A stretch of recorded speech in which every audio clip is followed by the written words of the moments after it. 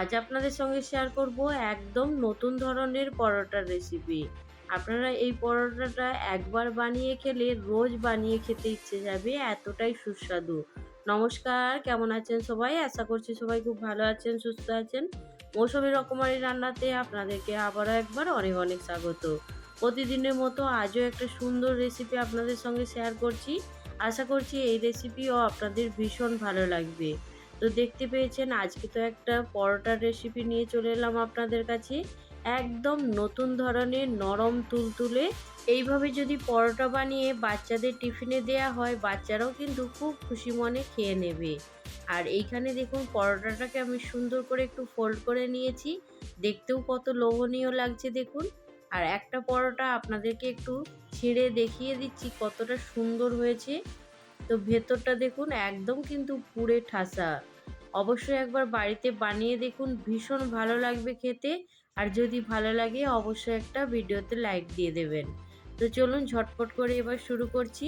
তো এইখানে দেখুন তার জন্য আমি একটা নারকেল ভেঙে কুড়ে নিয়েছি অফ ক্যামেরাতে। আর এইখানে নারকেল কুড়োটা দিয়ে আজকে পরোটাটা বানাবো। তার জন্য আমি এইখানে গ্যাস অন করে একটা কড়া গরম করে নিয়েছি। এবার কড়ার মধ্যে নারকেল কুড়োটা দিয়ে দেবো। একটা নারকেলের জন্য আমি একটা মিডিয়াম সাইজের বাটির হাফ বাটি পরিমাণে দেখুন চিনি নিয়েছি। এবার মিষ্টিটা আপনারা আপনাদের পছন্দ মতন কম বেশি করে নেবেন। তো এইখানে এই নারকেলের জন্য আমার এই চিনিটাই যথেষ্ট। তো এবার নারকেলের সঙ্গে চিনিটাকে খুব ভালো করে এখন মিশিয়ে নিচ্ছি। আর 2 মিনিট এইভাবে নাড়াচাড়া করতে করতে চিনিটা কিন্তু একদম গলে যাবে।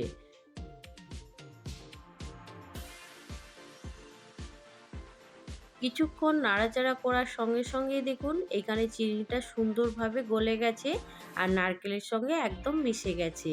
তো এর মধ্যে কোনো রকম জল দেওয়ার দরকার নেই, শুধু চিনিটা একটু হালকা নাড়াচাড়া করলেই গলে যাবে। আর এইখানে আমি ফ্লেভারের জন্য দুটো এলাচকে খুব ভালো করে গুঁড়িয়ে নিয়েছি, সেটা নারকেলের মধ্যে দিয়ে দিয়েছি। এর মধ্যে থেকে একটা সুন্দর গন্ধ বেরিয়ে আসবে। আর এর স্বাদটাকে বাড়ানোর জন্য এখানে আমি 1 চামচ মিল্ক পাউডার নিয়ে নিয়েছি। নিয়ে এবার খুব ভালো করে সব কিছু এখন মিশিয়ে নেব। আর এইভাবেই মিশিয়ে নেওয়ার পরেই কিন্তু নারকেলের পুরটা একদম রেডি হয়ে যাবে। একদম নতুন ধরনের একটা পুরভরা নারকেলের পুরভরা পরোটা আপনারা বাড়িতে অবশ্যই বানিয়ে দেখুন, ভীষণ ভালো লাগবে। আমার নারকেলের এই পুরটা একদম রেডি হয়ে গেছে। গ্যাসের ফ্লেমটা এবার বন্ধ করে দেব। একদম দেখুন ঝরঝরে নারকেলের পুর বানিয়েছি, এর মধ্যে কোনো রকম জল দেয়া যাবে না।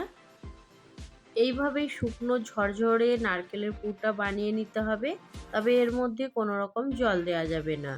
এবার এইখানে আমি নিয়ে নিয়েছি আটা। বাড়িতে যে নর্মালি আমরা রুটি বানানোর জন্য আটা নিয়ে থাকি, সেই আটা দিয়েই আজকের পরোটাটা বানিয়ে নেব। তো এইখানে দেখুন আমি যে পরিমাণে আটা নিয়েছি এর মধ্যে 8 থেকে 10টা পরোটা আমার সুন্দরভাবে হয়ে যাবে। আটার মধ্যে স্বাদ মতো নুন দিয়ে দিয়েছি, আর কোনো কিছু দেব না। এবার খুব ভালো করে মিক্স করে নেব। এবার নর্মাল জল দিয়ে আমরা যেভাবে আটার ডো বানিয়ে থাকি সেইভাবেই কিন্তু আটার ডোটা বানিয়ে নিতে হবে। এর মধ্যে কোনো রকম তেল দিতে হবে না, শুধুমাত্র জল দিয়েই এই আটার ডোটা বানিয়ে নিতে হবে।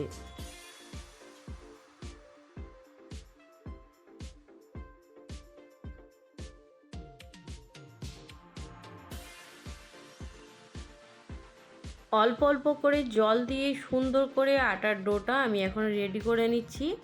আর আটার ডোটা যখন রেডি করবেন তখন আটার ডোটা একটু নরম রাখতে হবে, খুব শক্ত রাখলে হবে না, একটু নরম রেখে আটার ডোটা বানিয়ে নিতে হবে। এখন আমি 10 মিনিটের জন্য ঢাকা দিয়ে রেখে দেব। 10 মিনিট পরে আপনাদের কাছে ফিরে আসছি। 10 মিনিট হয়ে গেছে। এবার আটার ডোটাকে আরেকবার খুব ভালো করে দলে নেব।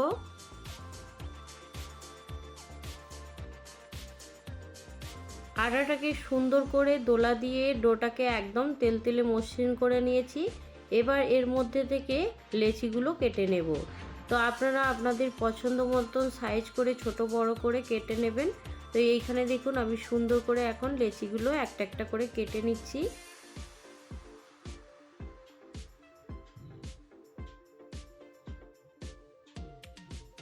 দেখতে পেয়েছেন এইখানে আমি লেচিগুলোর সাইজগুলো মিডিয়াম সাইজ রেখেছি।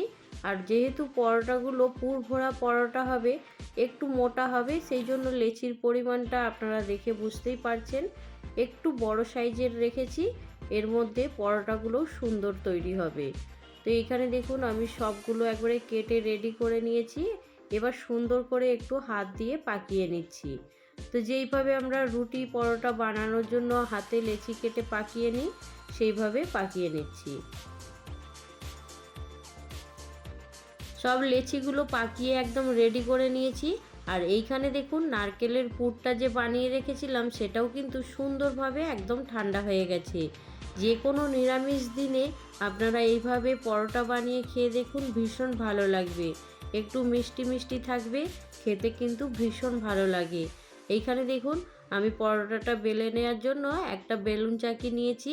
এবার হাতের মধ্যে একটা লেচি নিয়ে নিয়েছি দেখুন। এবার লেচিটা নেয়ার পরে আস্তে আস্তে এটাকে একটা বাটির মতো শেপ দিয়ে দেব। তো এইখানে পুরটা ভরার জন্য প্রথমে এইরকমভাবে একটু শেপ দিয়ে দিতে হবে, তারপরে এর মধ্যে নারকেলের পুরটা ভরে দিতে হবে।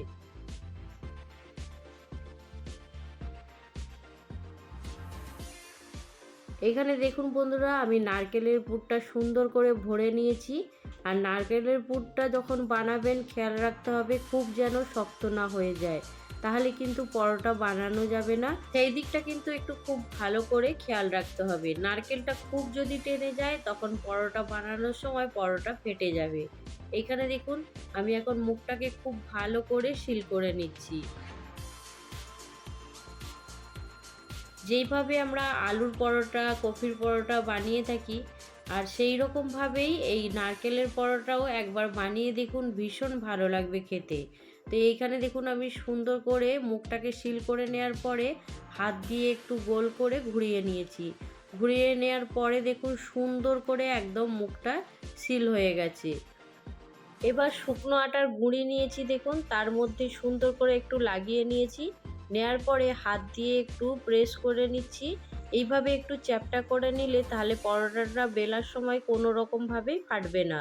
আর পরোটাটাকে কিন্তু একদম গায়ের জোর দিয়ে বেলা যাবে না, হালকা হাতে এদিক সেদিক ঘুরিয়ে একটু বেলে নিতে হবে। আর এখানে দেখতে পেয়েছেন পরোটাটা কত সুন্দরভাবে বেলা হয়ে যাচ্ছে, কোনোভাবে কোনো দিক থেকেই ফেটে যাচ্ছে না। একদম সুন্দর পরোটা রেডি হয়ে গেছে।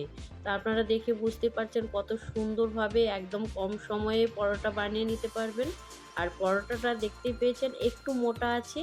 এবার দেখুন বন্ধুরা এইখানে আমি একটা প্যান গরম করে নিয়েছি পরোটা ভাজার জন্য। আর এই প্যানের মধ্যে আমি প্রথমে পরোটা দিয়ে দেব।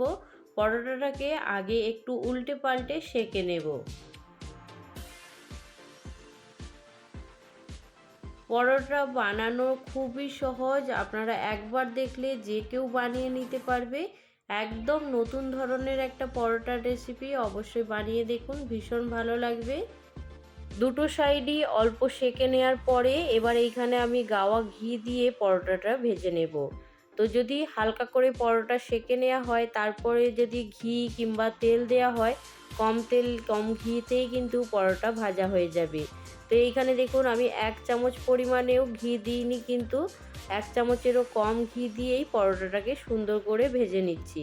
তা আপনারা যদি ঘিয়ের পরিবর্তনে তেল দিতে চান সেটাও দিতে পারবেন, তবে রিফাইন তেল দেবেন। কোনোভাবেই কিন্তু এখানে সরষের তেল দেওয়া যাবে না। তো এইখানে দেখুন পরোটাটা কেমন ফুলেছে, শুধু দেখুন পরোটা, শুধু দেখুন কেমন ফুলে উঠেছে। একদম বালিশের মতো ফুলকো ফুলকো পরোটা তৈরি হবে, আর তুলোর মতো নরম তুলতুলে হবে। আর এইভাবে যদি পরোটা বানিয়ে বাচ্চাদের স্কুলে টিফিনে দেওয়া হয়, বাচ্চারাও কিন্তু আনন্দের সঙ্গে খেয়ে নেবে। রাত্রে ডিনারের মধ্যেও যদি এই রকম পরোটা রাখা হয়, তাহলে যারা মিষ্টি খেতে পছন্দ করে তাদের তো ভীষণ ভালো লাগবে। তো আমার একটা পরোটা রেডি হয়ে গেছে। তো আরও একটা পরোটা সুন্দর করে ভেজে নিচ্ছি একইভাবে।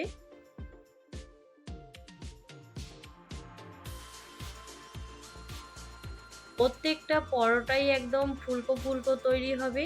আর পরোটাগুলো দেখতেও যেমন সুন্দর, আর খেতেও কিন্তু ভীষণ সুন্দর হয়। তো ঝটপট করে বানিয়ে নিন।